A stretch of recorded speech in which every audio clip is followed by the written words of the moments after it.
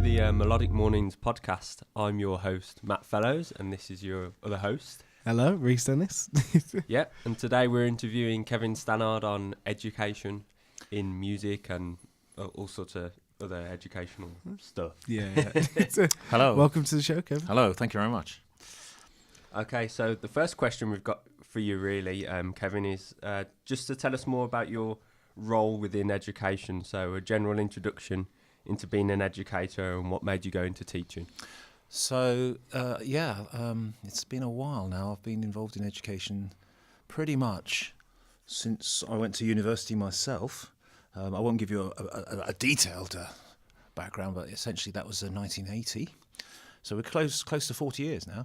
I took a year in, when I left uni, I took a year out, if you like, just to get to kind of chill and get over See the world. The intensity of doing music for 3 years. Worked in London, paid off the overdraft. Of course, in those days it was easy. You know, you didn't rack up debts. And then I did a PGCE at Middlesex Poly and got a job in Oxfordshire and did 10 years teaching in schools. And then after those 10 years, that was in places like Abingdon and Oxford and Whitney, teaching in secondary schools and middle schools and so on. I saw this little number at the University of Wolverhampton, and that actually then was, it's all in education, but it was not kind of teaching on a music degree as I now do. It was the B.Ed and PGCE teacher coordinators, so effectively teaching what is now in the School of Education, which is across the road. It's in a different school. And I taught lots of students and they went into schools and did teaching practice and that kind of thing. And then in about 1999, there was a decision to make for me. Do I stay with education or do I jump into the performing arts? Because there was an arts school. So I thought there's more fun for me in teaching the arts, sticking with music, because already there was the little sense that music education, I mean, if you think of where we are now with music education, certainly in primary schools, it's on the wane. If you think about secondary schools, GCSE and so on, we can maybe come into that in a bit. But anyway, so I've been here since 95, and in those 23, 24 years, I've taught most of that time then in effectively in the arts. But to pick up the point about why what made me go into teaching, I think the fact is that there's the old cliche about, you perform or you teach, and I've always loved teaching, and I kind of followed where it went to a certain extent. So I ended up teaching kids whose parents were teachers, and then someone else's parent was a publisher, and there's a little bit of networking going on there, and before you know it, there's a little publishing opportunity. But anyway, we can talk about that in a bit. But essentially, once I got the bug for teaching, I really haven't done anything else. Okay. Fair. Okay, so you sort of said that you've always sort of seen yourself as that sort of teacher sort of role, really. Is there any other avenues you've sort of gone down, so any other sort of career paths sort of you've sort of wanted to sort of explore more, or you have explored more sort of thing? I mean, within education, and essentially that's within being here for the last 20 odd years. I've done a lot of playing, so it's all in the context of being a teacher. But you can still access different elements of the music industry, if you like, via being a university lecturer, particularly because there's quite a lot of flexibility here. So, for example, I've played a lot. I did some research on some 18th century music, so I ended up going off into the libraries and bringing, if you like, old music into the modern day. So I found some 18th century stuff written by the Vicar of Edgbaston in 1730. This is much like any research that people would do, but it's not teaching. That's the academic side of things. So, and if you go into Edgbaston Parish Church now, there's a kind of tablet on the wall, and there's the chap John Pixel, and I was sort of researching his music. Went off to the Woad House in Wombourne, which if you go down the road to Wombourne, there's a really nice big house. This time of year they have Daffodil Week, and I went in there.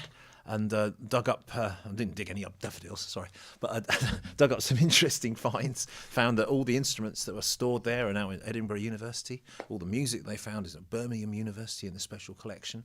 So as you can see, although I'm a teacher, this was a whole research angle. I made a CD. I met some musicians. We went to Oxford. We recorded it in the Oxford music department with sort of professional singers, professional ensemble. And that CD is one of my research outputs, if you like. So I'm not a massive academic, but that's one thing. And then another issue, again, it came through teaching kids, but their parents were publishers, and then I got normal thing. I sent them some really corny songs I'd written, and they wrote and said, "Well, thank you very much, but no thanks." And then, but we'll keep you on, and this is crucial for the kind of thing I think you're investigating. They said, but we'll keep your name and details on the books. And then about a year later, I got an email going, are you interested in editing a little songbook for children? So this was about 2000. So I've been here about 5 years. And I said, yeah, what's that involve? And to cut a very long story short, they said, well, we'd like someone to be an editor and maybe add a few songs of their own into this compilation. And if you now fast forward to where we are now, I've just produced my third book. Each book's got 30. Well, the first two books had 33 songs. The last book's got 40 songs. So there's 100 songs I've either written, edited, compiled, rearranged, et cetera, which are out in the market. And those books, I'm not Steve Cooper. I haven't been on TV and all the rest of it. But actually, those books have sold 20,000 copies now, which means they've filtered around the place, not just in the UK. And if you want to look at that as a kind of gross, what was the product of that? Those books sell between 30 and 40 quid. So multiply that by 20,000, and there's your 500,000. I've seen very little of that. Probably, I get 8% before they then deduct everything else. But anyway, I'm not here to talk about money. But if in terms of career, what would I do if there are other opportunities? I would certainly think about publishing.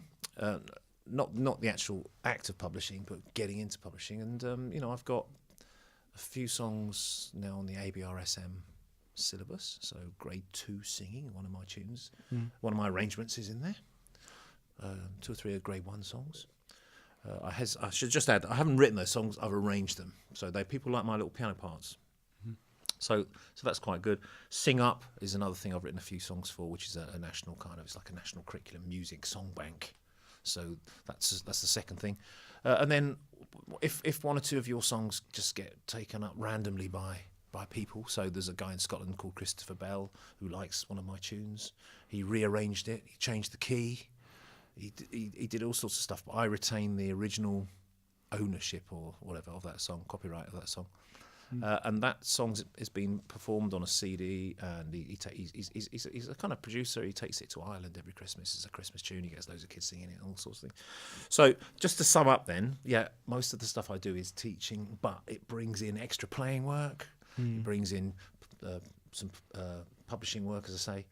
And if you look at what I've been doing the next couple of weeks, this week I'm doing official university business. I'm being a panel member for Derby University's Performing Arts degree. They wanted someone external to come in and say, well, that's a good idea. Oh, I wouldn't do that. Oh, I don't think. Oh, you don't need student feedback on that. Oh, you do need all the kind of issues around module delivery and course validation.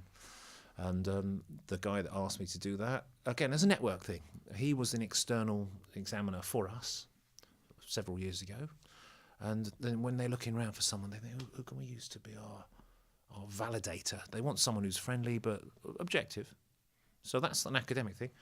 And then last week, again, it's the network, and it's in education, but it's not being a lecturer here. It's just being around. I got a message from someone saying, "Oh, we came to one of your workshops last year. Would you like to be an adjudicator for children's sort of choir competition, right?" Right. So this was it's just another element, isn't it? So I went to the Cadogan Hall, which is quite a nice place in Sloane Square in London. Turn up there. There's six school choirs. I had to whittle it down. So over Christmas, I was given 20 YouTube clips of all these choirs. So it's quite interesting because there you are in your slippers, with your Christmas pudding and that, listening to all this stuff. But then 3 months later, you're going to be in London. And the results of your kind of shortlisting suddenly becomes very apparent. All these kids, coaches and parents from Wales had come. And I felt, God, I feel really responsible because out of the 6 schools, 4 were from London. Yeah. 1 was from Oxford, 1 was from Wales. And, I kind of looked at you've got to pick the best 6 schools. Yeah. You don't go, well, I need 1 from the north, 1 from the south, 1 from the east. You don't. Right, Do right. you know what I mean? Yeah. But anyway, so there I was on the stage, the Cadogan Hall, which is a beautiful, beautiful London venue, waxing lyrical, talking. Well, thank you everyone for coming. This is marvellous to see you all. And then you look back at your career and you think, well, how did I get to this gig? How did I get this gig? And it's because, way back, I started teaching teachers. I published a few songs. I ran a few choirs. I've taken the university choir here on gigs, and we've been abroad. Before you know it, the little request comes in. I got one last night on my phone. Kevin, would you like to come and play the piano for the Coventry Male Voice Choir? Yeah. You see, so it all stems from being a teacher, but actually, it's not a bad gig, really. I could go on, but Yeah. So one of the things I found, at least doing this podcast, the different people you chat to, not only here but just in the industry in general, is nobody ever sticks to just one particular thing. Some people will just go down different avenues, just because they really have a passion for the industry. But with music education itself, what can you tell us about being an educator? Do you find there are major differences from when you started, or is it still as rewarding teaching? Yeah, good question. nowadays? Good question. Personally, it's just as rewarding. You meet lovely people, young people, whether they're 7-year-old kids who are just starting out, if you like, or whether they're kind of. I mean, I've been working with some school kids recently. We try and get into schools a little bit. Had some A-level students come from Bluecoat across the road the other day. Really good lads. Or whether it's university students, or indeed whether it's teachers. You plug into the different levels. And I think that's, anyone can do that. But I think the experience is that you gather over the years puts you in a good place. So, for example, you get better at managing situations and dealing with people. Has it changed? Yes, it has changed because way back. So, I mean, literally at this institution, students pretty much were kind of. They got a grant or a loan or something like that. They were pretty much debt-free, really. Some of them worked a bit, the odd part-time job, the odd Saturday job. Students would come in probably 4 or 5 days if you asked them to, but normally 4 days. And it was just a bit more relaxed. There was a bar on campus, so after an evening of gigs and stuff, you go along there, and there'd be a few beers. Right. And it seems you laugh. It seems daft now. No, it's just harder to get to the spoons down the road. You know what I mean? Yeah, absolutely. But, I mean, of course, you can still. If you're at City, or you're at a university where there's, you're in the town, you can still pop out and have a drink. But the culture's just changed. And if you think about now about student fees but also the whole. I mean, I remember when the word customer was used. So we're talking 20 years ago now. And I'm talking about students as customers. Nowadays, people barely bat an eyelid over that. But then we were going, well, no, they're not customers. They're learners. And we're the teachers, we're the educators, and then it's become very much a kind of service. The service industry, and education is treated much like many other kind of commercial enterprises, if you think about it. And a module. The modules cost a certain amount, and if we miss a lecture now, we have to make it up, because otherwise the student will say, well, where's my 120 minutes from that week? And it's all got very, very sort of data-driven, mechanistic, money-driven. I mean, I don't know the words, but you know where I'm coming from. Now, I'm not saying all that is a bad thing, that kind of accountability. But you ask me what's the major change, it's that. And if we got a bit specific about this institution in the last few years, I would say that the students that are coming in have got more worries, more concerns, more issues. I think I mentioned money. I think there's issues over quality of work. I think students are under more pressure. I think music is possibly being taught less at secondary or a BTEC level or wherever. So the students we get, it's not no fault of the students, but I think that the kind of the levels, we used to have a grade 8. That would be the performance level. Well, it's not anymore.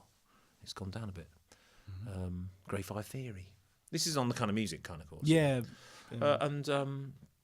But you could say the same thing about A-level grades or BTECs, you know, merits and distinctions and so on. It's all become a little bit diluted, should we say. I won't carry on. No, right. Really interesting perspective on that. Yeah, so, but being an educator itself, have you sort of developed any skills from just teaching itself that you find like you can like give to students in other ways for them to take out into the real world? Or No, it's a good question again. Good question. I mean, over the years, you do develop strategic approaches. And, you know, I've got loads of stories and people think, oh, God, here we go again, another story. For example, I will talk about the penny dropping sometime after the event. You probably heard me do it in one or two of my lectures, actually, about in the working musician.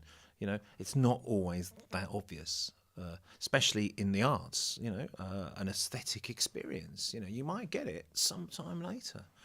We're not dealing, especially when we're dealing with kind of composing and listening to music and analysing and so on, we're not dealing with something where there's an instant black and white, you know, answer or response or whatever. If you think about some subjects, it's so much easier.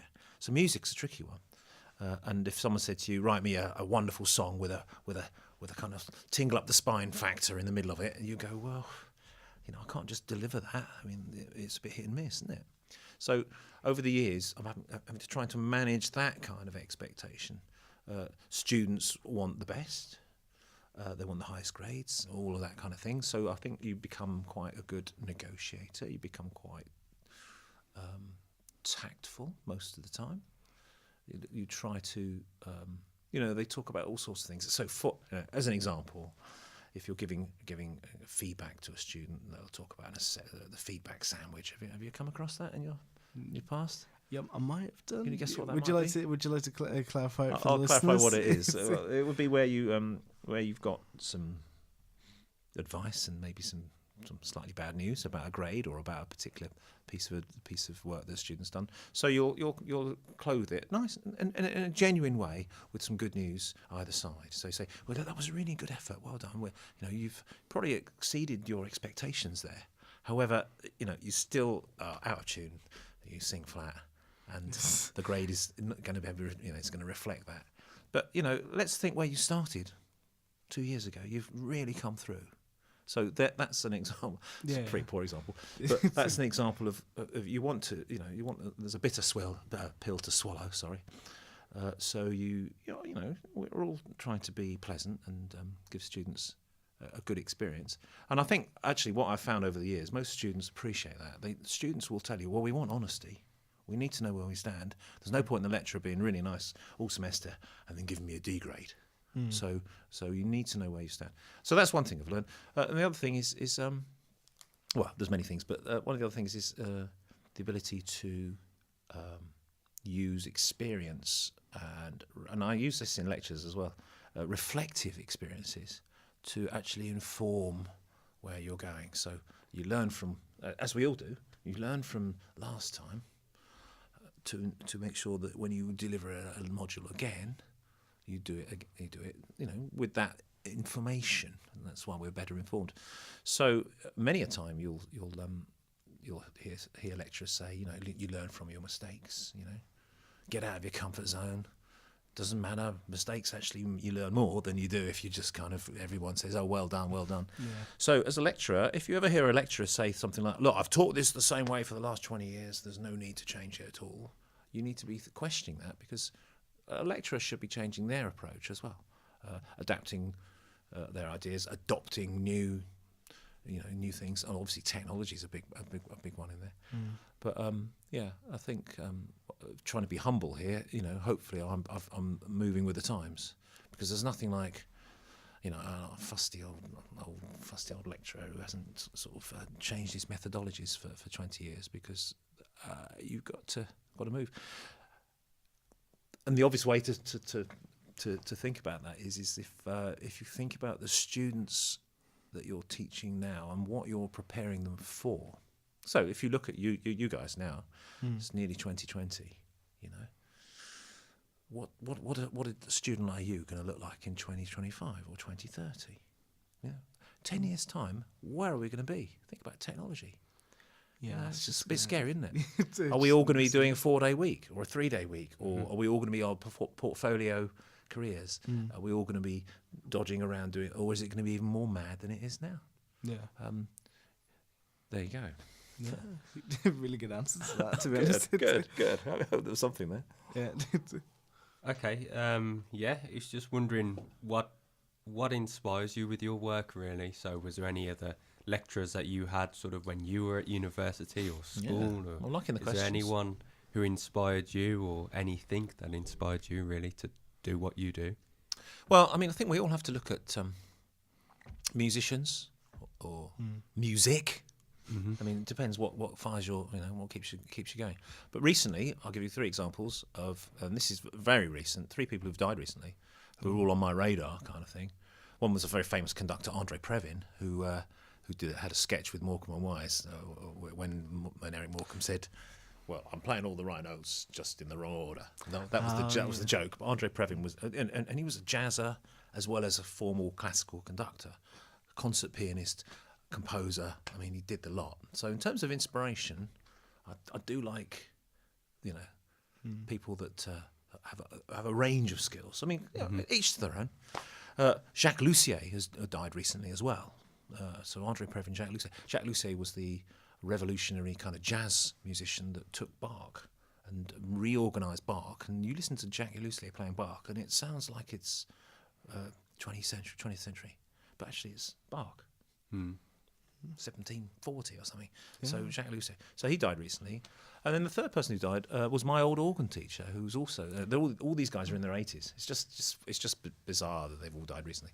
And he taught me when I was at uni, and again I've used his technical approach to playing the organ. And I remember one lesson. I mean, he always used to puff away on a cigarette and stink of it, and swallow polos while I was walking up to the organ loft. And I always remember that. It's funny, isn't it? It's what you remember about a lesson or a teacher many years, and completely irrelevant that he smoked. But anyway, but he taught me a little bit about organ playing, and I remember 1 or 2 lessons, and again it was on Bach. He just spent some time on articulating a Bach phrase that you could apply to any instrument. You could get Jaco Pastorius doing it on the bass guitar, and it would be the same thing.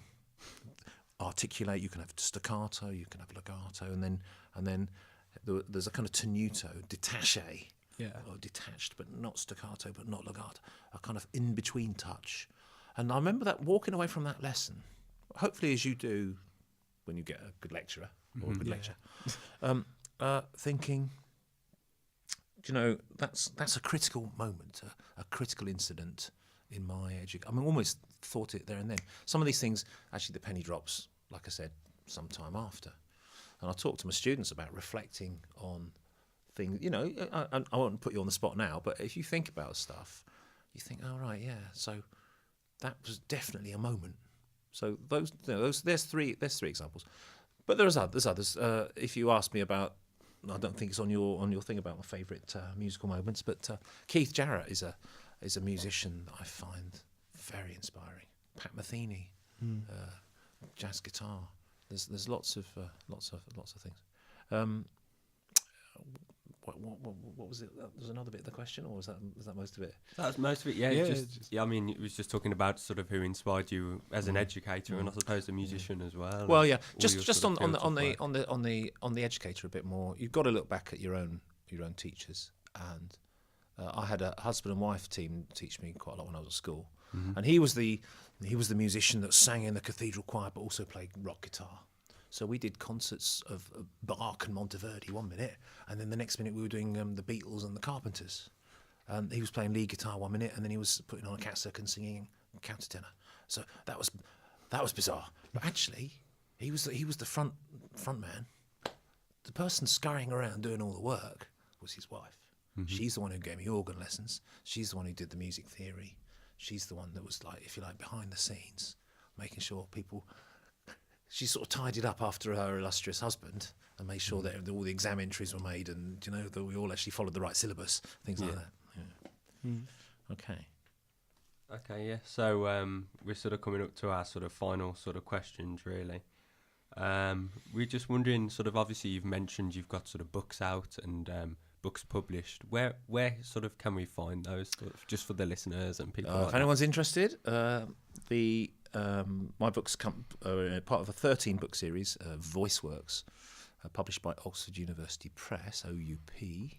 So if you Googled VoiceWorks OUP, you'll get all 13 books come up. My books are Junior VoiceWorks 1, Junior VoiceWorks 2, and Junior VoiceWorks at Christmas. So there you are. And while we're on it, if you delve, I mean, they're in this library actually downstairs.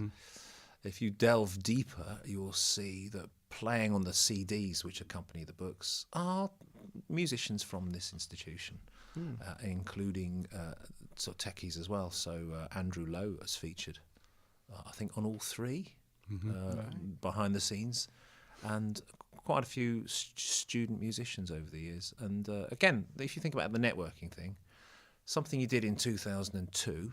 Right, and you recorded it. We did one at Walsall College actually with Ray and the team over there. Where are we now?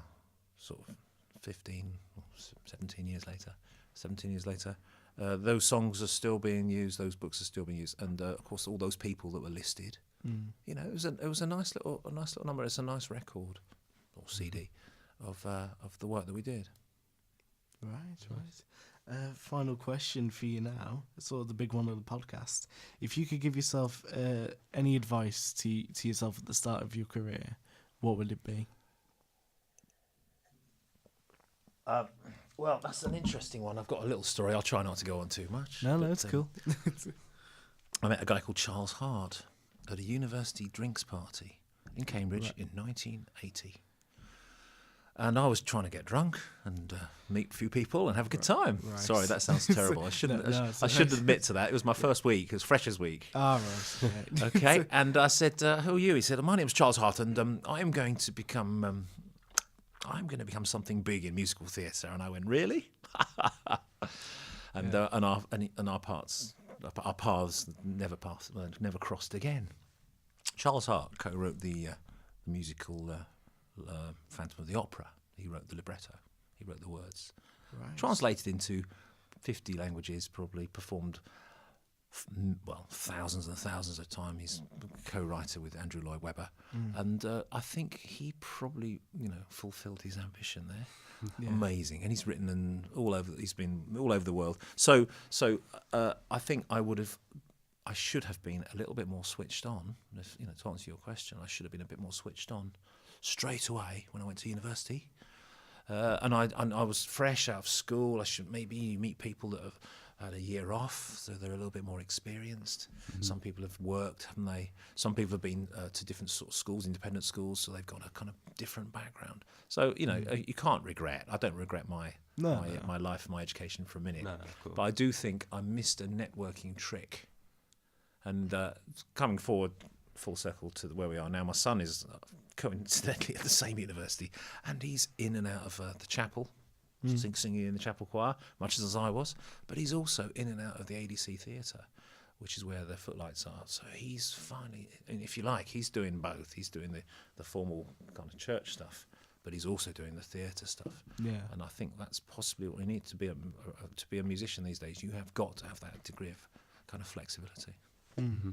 No, great answer there, right? Thank you. Yes. So, thank you for coming on the That's a podcast, pleasure. Jeff. You've been listening to the Melodic Mornings Podcast. I've been Rhys Dennis. And I've been Matt Fellows, yeah. And have yourself a melodic morning.